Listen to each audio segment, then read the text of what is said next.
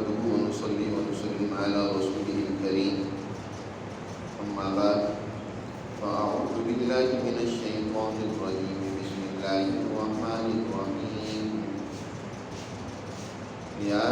أيها الرسول لا يحزنك الذين يسارعون في الكفر من الذين قالوا آمنا بأفواههم ولم تؤمن قلوبهم ومن الذين هادوا سماعون للكذب سماعون لقوم آخرين لم يأتوك يحرفون الكلم من بعد مواضعه يقولون إن أوتيتم هذا فخذوه وإن لم تؤتوه فاحذروا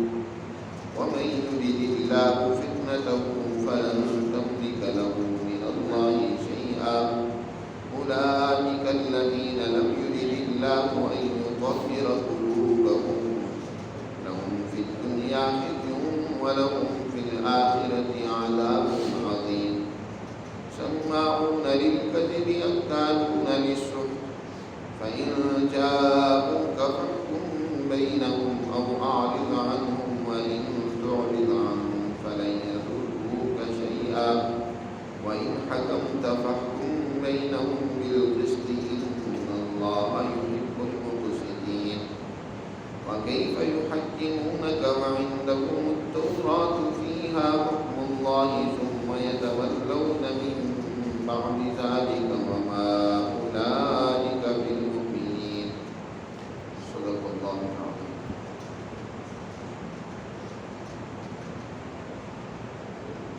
یا ایھا الرسول، اے اللہ کے رسول، وہ لوگ جنہوں نے اپنی زبانوں سے تو کہا ہے کہ ایمان لے آئے، وَلَمْ تُؤْمِنْ قُلُوبُهُمْ، اور حال ان کا یہ ہے کہ ان کے دل ابھی ایمان کی حالت سے ناآشنا ہے، ان کے دلوں میں ایمان رچا بسا نہیں ہے، یعنی منافق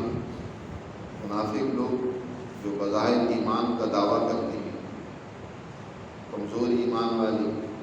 جو اپنے آپ کو بظاہر مومن سمجھتے ہیں لیکن ابھی دل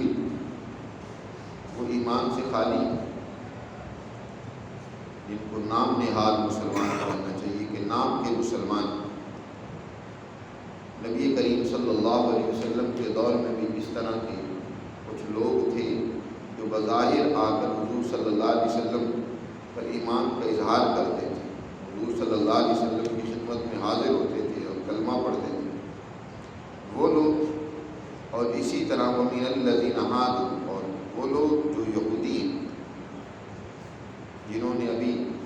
واضح طور پر ایمان قبول ہی نہیں کیا، بس وہ اپنی یہودیت پر ڈٹے ہوئے۔ یہ جو منافق تھے یہ بھی زیادہ تر ان یہودیوں ہی میں سے تھے، لیکن منافق بظاہر مسلمان اپنے آپ کو شو کرتے تھے، مسلمانوں کے ساتھ بیٹھتے اٹھتے، ان کی مجلسوں، ان کی نشستوں، ان کے اعمال میں، یہاں تک کہ نماز بھی پڑھتے تھے، دیگر اعمال میں بھی شریک ہوتے تھے، لیکن ابھی دلوں کے اندر ایمان نہیں رچا بسا تھا۔ ان کی حالت قرآن بیان کر رہا ہے کہ ان کا حال دونوں طبقوں کا، یہودیوں کا بھی اور ان منافقوں کا بھی یہ ہے کہ سماعون للکذب، یہ جھوٹ کا پروپیگنڈا کرنے کے لیے کیا کرتے ہیں، آپ کی طرف بڑے کان لگا کر آپ کی باتیں سنتے ہیں، جھوٹ کے لیے کہ کسی طرح کا کوئی پروپیگنڈا کرنے کا موقع مل جائے، کسی طریقے سے مسلمان جماعت کو بدنام کرنے اور ان کے خلاف باتیں پھیلانے کا موقع مل جائے، تو ان کا حال یہ ہے کہ سماعون للکذب، یہ جھوٹ کے پروپیگنڈے کے لیے جاسوسی کرتے ہیں، اور سماعون لقوم آخرین، اور دوسری قوم جو ابھی آپ کے پاس نہیں آئی ان کے لیے جاسوسی کرتے ہیں، یہ آپ کی باتیں سن کر، آپ سے خبریں لے کر یہ آپ کے دشمنوں تک پہنچاتے ہیں۔ یہ یہودیوں کا بھی حال تھا اور یہ منافقوں کا حال بھی تھا کہ مسلمانوں کی خبریں دشمن تک پہنچاتی ہیں، مکہ کے دشمن ہیں قریشیوں تک پہنچاتی ہیں، یا اسی طرح روم کیسر و کسریٰ کی جو طاقتیں ہیں ان تک یہ باتیں پہنچانے کی کوشش کرتے ہیں۔ سماعون لقوم آخرین، دوسری قوم کے لیے جو ابھی آپ کے پاس آئی نہیں ہے، لقوم آخرین جو دوسری قوم ہے، لم یأتوا، آپ کے پاس نہیں آئی، یعنی دوسری قوم ہے، اس کی تک یہ جاسوسی کی بات کر کے باتیں پہنچاتے ہیں۔ حالانکہ جس کتاب کو یہ یہودی مانتے ہیں اور منافق ان کا بھی دل سے ایمان تو تورات پر ہے، بظاہر دب بڑھتے ہیں قرآن مجید کا، حال ان کا یہ ہے کہ تورات کے حوالے سے بھی ان کے احکامات پر، تورات کے احکامات پر عمل کرنے کے لیے تیار نہیں ہے، بلکہ قرآن مقدس میں تورات کے احکامات کو مزید نکھار کر پیش کیا، ثابت کر دیا۔ یاد رکھیں، بعد میں آنے والی کتاب پہلی کتاب یا احکامات کی نفی نہیں کرتا بلکہ ان کی تائید کرتا ہے۔ بعد والا قانون جو اللہ کی طرف سے نازل ہوتا ہے وہ پہلے قانون کی تائید کرتا ہے، اگر اس میں کچھ ترمیم بھی کرتا ہے تو یہ واضح کر دیتا ہے کہ یہ مخصوص اس قوم کے لیے قانون تھا، اب انسانیت کے لیے قانون ہے۔ تو تورات کے احکامات باوجود اس کے یحرفون الکلم من بعد مواضعہ، ان کی جو اصل جگہ ہے، جو ان کی اصل حقیقت ہے وہ ثابت ہو چکی ہے، قرآن کے ذریعے سے ان کے احکامات کی حقیقت کھل چکی ہے، لیکن پھر بھی اس میں کیا کرتے ہیں؟ تحریفات کرتے ہیں، مرضی کے مطالب ان میں شامل کر لیتے ہیں۔ آیت تورات کی پڑھیں گے لیکن مطلب اللہ کا نہیں ہوگا، اپنا ہوگا، اس میں ہیلے کریں گے اور پور کی تعویلیں کریں گے، اللہ کے حکم کو کچھ سے کچھ بنا دیں گے۔ یحرفون الکلم من بعد مواضعہ، اور ایک دوسرے کو یہ کیا کہتے ہیں؟ یہودی منافقوں کو کہتے ہیں، آپس کی مجلسوں میں بھی باتیں کرتے ہیں، کیا کہتے ہیں؟ ان اوتیتم ھذا فخذوہ، یہ جو ہم نے مطلب بیان کیا نا تورات کا، جو بات ہم کہہ رہے ہیں تمہیں سمجھا رہے ہیں کہ یہ خدا کی بات ہے، اگر اس کے مطابق تمہیں پیغمبر صلی اللہ علیہ وسلم کی طرف سے حکم دیا جائے تو قبول کر لو، اور اگر اس کے مطابق نہ ہو تو پھر وَإِن لَّمْ تُؤْتَوْا فَاحْذَرُوا، مجھ سے بچو۔ اگر ہماری مرضی کا حکم ملے تو پھر تو ٹھیک ہے، اور اگر اب ہماری مرضی کا نہ ہو تو پھر اسے قبول نہیں کرنا، اسے بچنا ہے۔ آج افسوس یہی ہے، نبی کریم صلی اللہ علیہ وسلم نے ارشاد فرمایا لَتَتَّبِعُنَّ الْيَهُودَ وَالنَّصَارَىٰ حَذْوَ النَّعْلِ بِالنَّعْلِ، تم یہود و نصارہ کے قدم بقدم چلو، جیسے ایک جوتا دوسرے جوتے کے بالکل برابر ہوتا ہے، اسی طرح فرمایا تم بھی یہودیوں کے نقش قدم پر چلو گے۔ اب بظاہر جب ہم یہ آیات پڑھتے ہیں تو ہمیں تو یہودیوں کی اور ان منافقوں کی حالت بڑی عجیب لگتی ہے، لیکن ہم بغور اگر اپنے گریبانوں میں جھانکیں تو آج ہمارا رویہ اور حال بھی ویسے ہی بنا ہوا ہے۔ ہر ایک گروہ اور جماعت نے دین اسلام کی تشریح اپنی مرضی سے کر رکھی ہے، اور وہ کہتا ہے کہ جو ہم کہہ رہے ہیں یہی دین، اس کو بیان کیا جائے تو پھر تو قبول کر لیں، اور اگر ہماری مرضی اور منشا کے مطابق بات نہیں ہے اس کو رد کر دو۔ ہر ایک نے اپنا دین کا نظریہ اپنی مرضی کا بیان کیا، ہر ایک نے اپنی جماعت کو ہی وہ پروموٹ کرنا چاہتا ہے۔ اللہ کے احکامات کے لیے اپنے آپ کو جھکانا نہیں ہے۔ اسلام تو مانا ہے اللہ کے حکم کے تابع کرنے کا، کہ ہم اللہ کے احکامات کے اپنے آپ کو حوالے کریں گے، لیکن اللہ کا حکم چاہے کوئی جماعت بھی بیان کرے، کوئی فرد بھی بیان کرے، چاہے اس کے ساتھ میری دلی وابستگی ہے یا نہیں، اسلام کا تقاضا تو یہ ہے کہ سچائی کو قبول کرو، حقیقت کے پیچھے چلو۔ آج یہی حال آپ کی سیاسی جماعتوں کا ہے، حقائق کو تسلیم نہیں کرنا یا اس کے پیچھے سیاست نہیں کرنی، اس سے حقائق سچائی کی سیاست نہیں ہے، گروہ کی سیاست ہے۔ جس گروہ سے وابستہ ہیں اس کی غلط باتیں بھی ٹھیک ہیں، اور جس گروہ سے میرا تعلق نہیں ہے تو اس کی سچائی اور حقیقت بھی غلط ہے۔ یہ جو آج ذہنیت بن گئی ہے گروہ گروہیت کی، آج یہ جو سوچ بن گئی ہے مخصوص ذہنیت کی کہ ہمارے مطلب کی بات ہو، میٹھا میٹھا ہپ ہپ کڑوا کڑوا تو جو پسند ہو، جو اچھا لگے وہ تو قبول کر لو، اور جو اچھا نہ لگے اس کو رد کر دو۔ یہی حال ان یہودیوں کا تھا۔ وہ کیا کہتے ہیں کہ اگر تو تم اوتی تم ھذا فخذوہ، یہ جو ہم بات تمہیں بتا رہے ہیں نا، اس کے مطابق اگر بات تمہیں وہاں سے ملے تو لے لو، وگرنہ وَإِن لَّمْ تُؤْتُوهُ فَاحْذَرُوا۔ اللہ تعالیٰ ارشاد فرماتے ہیں وَمَن يُرِدِ اللَّهُ فِتْنَتَهُ فَلَن تَمْلِكَ لَهُ مِنَ اللَّهِ شَيْئًا۔ اللہ تعالیٰ جس کو آزمائش میں ڈالنے کا ارادہ کر لے، یہ تو ان کا امتحان تھا، یہ آزمائش تھی، انہیں سمجھنا چاہیے تھا، لیکن یہ تو فطرے میں مبتلا ہو گئے، تو اللہ ہی پھر ایسے لوگوں کے لیے راستے مزید گمراہی کے کھول دیتا ہے جو گمراہی کے راستے پہ جانا چاہتا ہے۔ قرآن نے کہہ دیا دوسری جگہ فَمَن شَاءَ فَلْيُؤْمِنْ وَمَن شَاءَ فَلْيَكْفُرْ، جو ایمان لانا چاہتا ہے تو اس کے لیے بھی راستے اپنے کھول دیے، اور جو کافر بننا چاہتا ہے، گمراہی کا راستہ اختیار کرنا چاہتا ہے، تو ہماری طرف سے راستہ اس کے لیے بھی کھلا ہے، چاہے کفر اختیار کرے۔ یہ دنیا تو اللہ نے دار الاختیار یہاں رکھا ہے، جبر انسانوں کے لیے نہیں ہے، انسانوں کو اللہ نے اختیار کیا کہ اپنی مرضی سے سوچ سمجھ سے فیصلہ کرے۔ وَمَن يُرِدِ اللَّهُ فِتْنَتَهُ فَلَن تَمْلِكَ لَهُ مِنَ اللَّهِ شَيْئًا، تو جس کو اللہ فطرے میں مبتلا کرنا چاہے تو پھر اللہ کی طرف سے اسے کچھ بھی اختیار نہیں ہے کہ وہ کیا کر سکتا ہے، فطرے سے بچا سکتا ہے اپنے آپ کو، یا اس کو کوئی بچا سکتا ہے۔ اولئک الذین لم یرد اللہ ان یطہر قلوبہم، یہی لوگ ہیں کہ اللہ نہیں چاہتا کہ ان کے دلوں کو اللہ پاک کرے۔ کس طرح یہ منافقت میں مبتلا ہے، اللہ کے حکم کی تو پرواہ ہی انہیں نہیں، انہیں کیا ہے، خود اپنی خواہشات کی پرواہ ہے کہ خواہشات کے مطابق فیصلہ آئے، بات آئے تو پھر قبول کر لو۔ تم یہ تو ڈھونڈنے نہیں، یہ تلاش تو ان کی ہے ہی نہیں ہے کہ اللہ کا کیا حکم ہے، اللہ کے حکم کے پیچھے لگنے، اس پر چلنے کے حوالے سے ان کی سوچ ہی نہیں۔ ایسے لوگوں کے دلوں کی طہارت کہاں سے ہوگی؟ جن کے دلوں میں تو خواہش پرستی موجود ہے، ان کے دلوں کے اندر حسد ہے،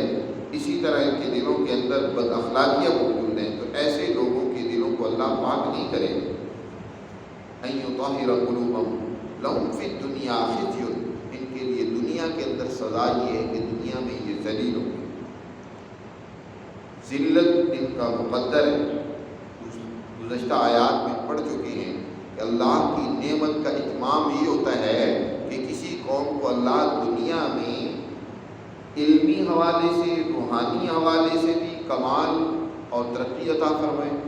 اور اسی طرح مادی حوالے سے بھی اللہ انہیں حکمرانی عطا فرما دے۔ موسیٰ علیہ السلام نے اپنی قوم کو سمجھاتے ہوئے کہا یا قوم اذکروا نعمت اللہ علیکم اذ جعل فیکم انبیاء وجعلکم ملوکا، میری قوم اللہ کی احسانات یاد کرو جو تم پر ہیں کہ تم میں انبیاء بھی اس نے بھیجے ہیں اور تم نے حکمران بھی بنائے اس نے، یعنی تمہیں اللہ نے روحانی اور علمی نعمتوں سے بھی سرفراز کیا ہے اور اسی طرح مادی نعمتوں سے بھی سرفراز کیا ہے، تمہارے اقتدار ہے۔ اور کسی قوم سے یہ دونوں نعمتیں چھن جائیں، خواہش پرستی میں مبتلا ہو جائیں، صحیح علم کی بجائے خواہش پرستی کو علم بنا لیا جائے، اور اسی طرح اپنی اقتدار اور اپنی حکومت کی بجائے دوسروں کے ماتحت ہو جائے، یہ ذلت اور رسوائی ہے۔ فرمایا ایسے لوگوں کے لیے دنیا میں ذلت ہے، ذالک لہم فی الدنیا خزی ولہم فی الآخرۃ عذاب عظیم، اور ان کے لیے آخرت میں بہت بڑا عذاب ہے۔ دنیا کے اندر بھی اللہ کا عذاب آتا ہے، وہ ذلت کی صورت میں، غلامی کی صورت میں، وہ دوسروں کے ماتحتی کی صورت میں، محنت انسان جانوروں کی طرح کرے لیکن اس کے اخراجات اور ضروریات پوری نہ ہو، پھر بھی پریشان رہے، ہر وقت معاشرے میں خوف اور ہراس کی کیفیت پیدا ہو، یہ ذلت اور رسوائی ہوتی ہے جو آج مسلمانوں کے اوپر بھی اور خاص طور پر ہم پاکستانیوں کے اوپر بھی مسلط ہے۔ در حقیقت اللہ کے احکامات اور قوانین کو پس پش ڈالنے کا یہ نتیجہ ہے۔ سماعون للکذب، یہ لوگوں کا حال یہ کہ یہ جھوٹے پروپیگنڈے کرنے کے لیے جاسوسیاں کرتے ہیں، باتیں سنتے ہیں آپ کی، لیکن ان کا مقصد کیا ہوتا ہے کہ اس میں جھوٹ ملا کر کیا کریں، پروپیگنڈا کریں۔ اکالون للسحت، ایک تو ان کی خرابی یہ ہے کہ جھوٹ کا پروپیگنڈا کرنا مقصد ہے، دوسری خرابی ان کی یہ ہے کہ اکالون للسحت، یہ کیا ہے، حرام طریقوں سے مال کھاتے ہیں۔ حرام طریقوں سے مال کھاتے ہیں کیا؟ ایک تو طریقہ رشوت کا ہے، کرپشن کا ہے، کرپشن کے ذریعے سے مال کھانا، اور دوسرا یہ ہے کہ ان کے ہاں فتویٰ فروشی کا طریقہ جاری ہے کہ فتوے بیچتے ہیں، لوگ ان کے پاس مسائل پوچھنے کے لیے آتے ہیں، اس کے لیے انہوں نے نذرانوں کے نام سے، تحائف کے نام سے یہ انہوں نے رکھے ہوئے ہیں کہ جناب اچھا فتویٰ لینا ہے، مسئلہ لینا ہے تو نذرانہ پیش کرنا ہوگا۔ اکالون للسحت، حرام خور ہے۔ اور پھر اس کے علاوہ کیا ہے، انہوں نے کاروبار کے طریقے ایسے اختیار کر رکھے ہیں جس سے دوسروں کا خون نچوڑ لیتے ہیں۔ سود خوری کا طریقہ ہے، سود خوری کا طریقہ بھی یہودیوں میں بہت زیادہ تھا، اور یہ سارے کام وہ ہیلے کر کے کرتے تھے۔ انہوں نے ہیلے اور ایسے دور کی تعویلیں کر کے ان کو جائز بنا رکھا تھا۔ جیسے آج کل مسلمانوں کا حال ہے، اسلامی بینکاری کے نام سے ہیلے کر کے انہوں نے کیا ان کو جائز کر رکھا ہے، سود کو حرام کو۔ حالانکہ وہ بھی روایتی بینک ہو یا اسلامی بینک ہو، دونوں ہی ایک ہی نظام کے تحت چل رہے ہیں، ایک ہی طریقہ کار کے تحت چل رہے ہیں، سوائے اس کے کہ کچھ اصطلاحات کو بدل دو، نام بدل دو، مشارکہ، مضاربہ، یہ اصطلاحات جو اسلامی ہیں ان کا استعمال کر لو۔ بھائی یہ ٹیبل ہے، اس ٹیبل کا نام آپ ٹیبل نہ کہیں، آپ کہیں کہ ہم آئندہ اس ٹیبل کو ٹیبل نہیں کہیں گے، ہم دروازہ کہیں گے، تو کیا ٹیبل کی حقیقت بدل جائے گی؟ نام بدل دیا نام نے، نام بدلنے سے اس چیز کی حقیقت بدل جاتی ہے؟ حقیقت تو وہی رہتی ہے۔ اسی طرح تعویلیں اور ہیلے کر کے اللہ کے احکامات میں کیا کرتے ہیں، رد و بدل کرتے ہیں۔ یہ طریقہ ان کا قرآن کہتے ہیں اکالون للسحت، حرام خوری کے لیے کیا کرتے ہیں، تعویلیں کرتے ہیں، ہیلے کرتے ہیں۔ جیسے کہ مچھلیاں، اللہ نے ہفتے کے روز ان کے لیے مچھلی کا شکار کرنا ممنوع اور حرام کر دیا تھا، لیکن اب انہوں نے ہیلے کرنا شروع کر دیے کہ جی ٹھیک ہے ہفتے کے روز ہم شکار تو نہیں کریں گے، لیکن ایسے انہوں نے گڑھے کھود لیے کہ ہفتے والے دن جو مچھلیاں ان گڑھوں میں آ کر پھنس جائیں، یا جال لگا دیتے تھے ہفتے سے پہلے کہ ہفتے کے دن مچھلیاں جب آئیں گی تو ان میں پھنس جائیں گے، ہم ہفتے والے دن نہیں ان کو پکڑیں گے، نکالیں گے، اتوار والے دن پکڑ لیں گے۔ بظاہر تو وہ ٹھیک کر رہے ہیں کہ انہوں نے ہفتے کے دن شکار نہیں کیا، لیکن یہ سارا ہیلا ہے۔ اللہ کے احکامات اور قوانین پر عمل کرنے کی بجائے کسی طریقے سے کام وہ کرنا ہے جو چاہتے ہیں۔ اللہ کا حکم تو یہ ہے کہ اس دن تمہاری توجہ ان چیزوں کی طرف نہیں ہونی چاہیے، اللہ کی عبادت کی طرف ہونی چاہیے، لیکن دھیان پھر ادھر ہی لگا ہوا، پھر کام وہی کر رہے ہیں۔ تو اس طرح کی ہیلے اور بہانے کرتے تھے اور حرام کو حلال کر لینا۔ فَإِن جَاءُوكَ فَاحْكُم بَيْنَهُمْ أَوْ أَعْرِضْ عَنْهُمْ، حضور صلی اللہ علیہ وسلم سے کہا جا رہا ہے، مسلمانوں سے کہا جا رہا ہے کہ اگر یہ تمہارے پاس آئیں تو یعنی تمہارے پاس آتے کسی مسئلے کے حوالے سے فیصلہ چاہتے ہیں، رہنمائی چاہتے ہیں، تو آپ کی مرضی، ان کے درمیان اپنے قوانین اللہ کے قوانین کے مطابق فیصلہ کریں، اور اعرض عنہم، یا ان سے اعراض کر لیں، ان کو کہیں آپ اپنی تورات اور اپنی تعلیمات کے مطابق فیصلہ کرو۔ مدینہ میں نبی کریم صلی اللہ علیہ وسلم جب تشریف لائے تو آپ صلی اللہ علیہ وسلم نے ان سے ایک معاہدہ کیا جس کو میثاق مدینہ کہا جاتا ہے۔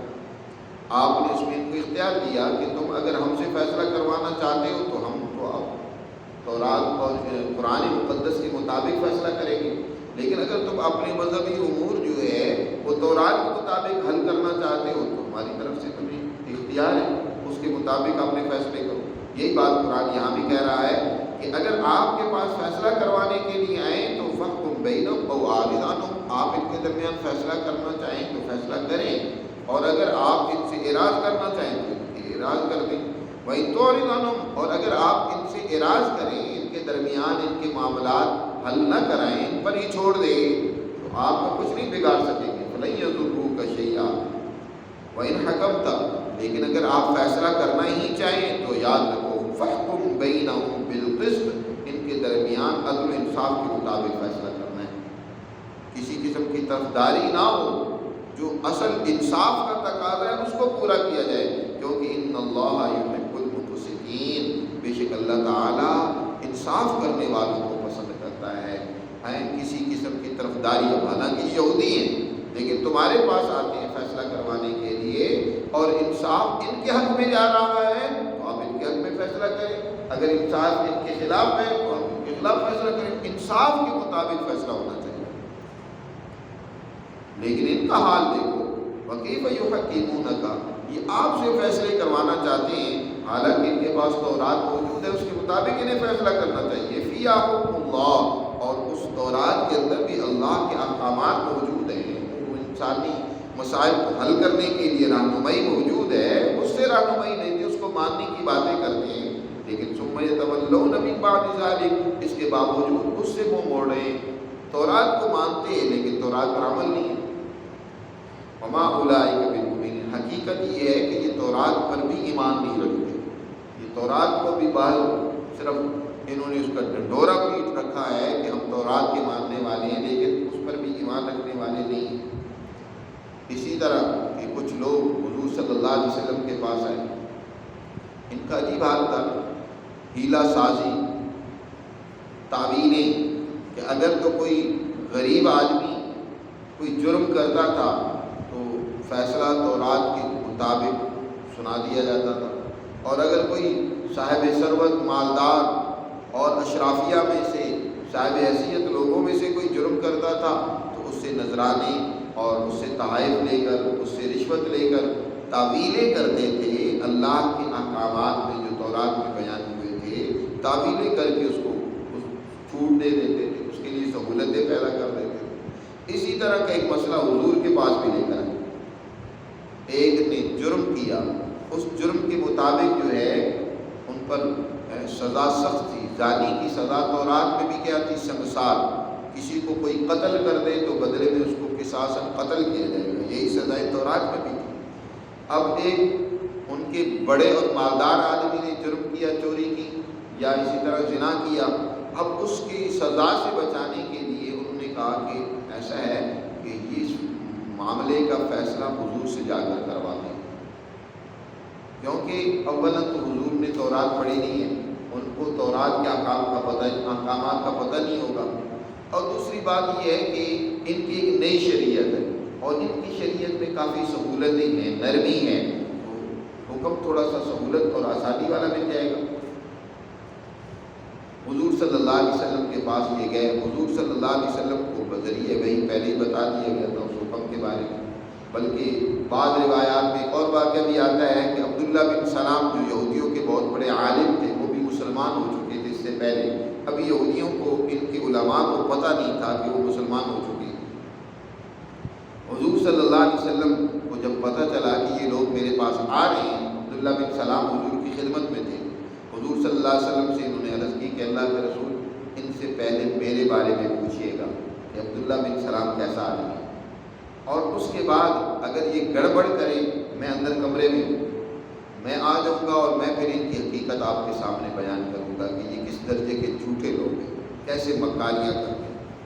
حضور صلی اللہ علیہ وسلم کے پاس آئے، حضور نے پہلے تو یہی فرمایا کہ تم اپنی تورات کے مطابق کیوں نہیں فیصلہ کرتے ہو؟ کہہ رہے ہیں نہیں، ہم چاہتے ہیں کہ آپ ہمارے یہاں سربراہ ہیں، بڑے ہیں، تو ہم آپ نئی شریعت لے کر آئے ہیں، ہم آپ سے فیصلہ کروانا چاہتے ہیں۔ حضور صلی اللہ علیہ وسلم نے فرمایا اچھا ٹھیک ہے، مجھے یہ پہلے بتاؤ، میں چاہتا ہوں کہ میں تمہاری کتاب کے مطابق فیصلہ کروں، فیصلہ میں ہی کرتا ہوں لیکن تمہاری کتاب کے مطابق فیصلہ کروں تاکہ تم سب کو تسلیم ہو۔ یہ بتاؤ کہ تمہاری کتاب میں اس بارے میں کیا لکھا ہے؟ جو زانی، شادی شدہ زنا کرے تو اس کے بارے میں کیا ہوگا؟ ان کا جی اس کے لیے منہ کالا کر کے کھوتے پہ بٹھا کر اس کو تھوڑا ذلیل و رسوا کیا جائے، اس طرح کا حکم ہے۔ کہا تورات لے کر آؤ۔ اب تورات لائی گئی تو وہ آگے پیچھے کی آیات جن میں اللہ تعالیٰ نے ذلت اور رسوائی کا ذکر کیا وہ پڑھتے ہیں، جس میں سنسار کرنے کا حکم تھا وہ آیت نہیں پڑھتے۔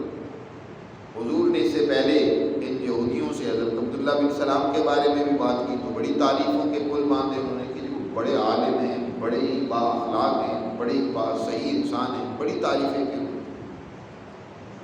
حضور نے فرمایا اگر عبداللہ بن سلام تمہارے اس فیصلے جو تم کر رہے ہو اس کے بارے میں کہیں کہ یہ غلط تم فیصلہ کر رہے ہو تو تم مان لو گے؟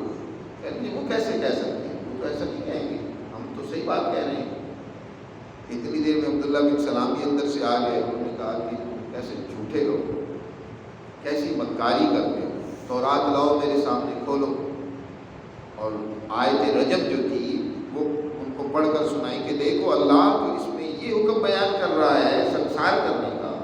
اور تم صرف رشوت اور پیسہ لے کر اللہ کے حکم کو بدلنا چاہتے ہو.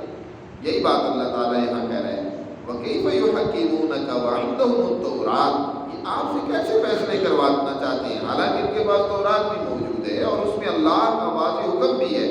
لیکن اس کے باوجود اس سے منہ پھیرے ہوئے ہیں. اصل یہ کہ وَمَا أُولَٰئِكَ بِالْمُؤْمِنِينَ، یہ اللہ کی کتاب تورات پر بھی ایمان نہیں رکھتے. یہ خواہش پرست ہے، مفاد پرست ہے، مطلب پرست لوگ ہیں، یہ جھوٹے لوگ ہیں، مکار ہیں. ایسے لوگوں سے قرآن کہتا ہے کہ ان کی حالت آپ کو پریشان نہ کرے. یا ایھا الرسول لا یحزنک الذین یسارعون فی الکفر. اے اللہ کے رسول آپ کو غمزدہ اور پریشان نہ کرے ان لوگوں کی حالت جو کفر میں کیا ہے بڑے تیز گام ہیں، زبان سے کہتے ہیں کہ ہم مومن ہیں، زبان سے کہتے ہیں ہم تورات پر ایمان رکھتے ہیں، لیکن دلوں میں اس پر بھی ایمان نہیں ہے. اسی طرح جو منافق زبان سے کہتے ہیں ہم قرآن پر ایمان لے آئے لیکن دلوں میں ایمان ابھی رچا بسا نہیں، بظاہر کلمہ پڑھتے ہیں لیکن منافق ہیں. تو ان لوگوں کی حالت آپ کو پریشان نہ کرے. اس طرح کے لوگ ہوتے ہر دور میں. اب تو زوال کا زمانہ ہے، اب اس طرح کے لوگ زیادہ ہو گئے ہیں. پہلے حضور کے زمانے میں بھی اس طرح کے لوگ موجود تھے، تھوڑے تھے. تو ایسے لوگوں کی حالت سے زیادہ پریشان نہیں ہونا چاہیے بلکہ عبرت پڑھنی چاہیے. اپنے آپ کو سچا انسان اللہ کے احکامات اور دین کا تابع بنانا چاہیے. جو اللہ کا حکم سامنے آ جائے، چاہے وہ کوئی جماعت کوئی فرد وہ اللہ کا حکم بیان کر رہا ہو، درست اور صحیح بات کوئی بھی کہہ رہا ہو، اس کو قبول کرنا چاہیے، اس کی اتباع کرنی چاہیے. اللہ ہمیں سب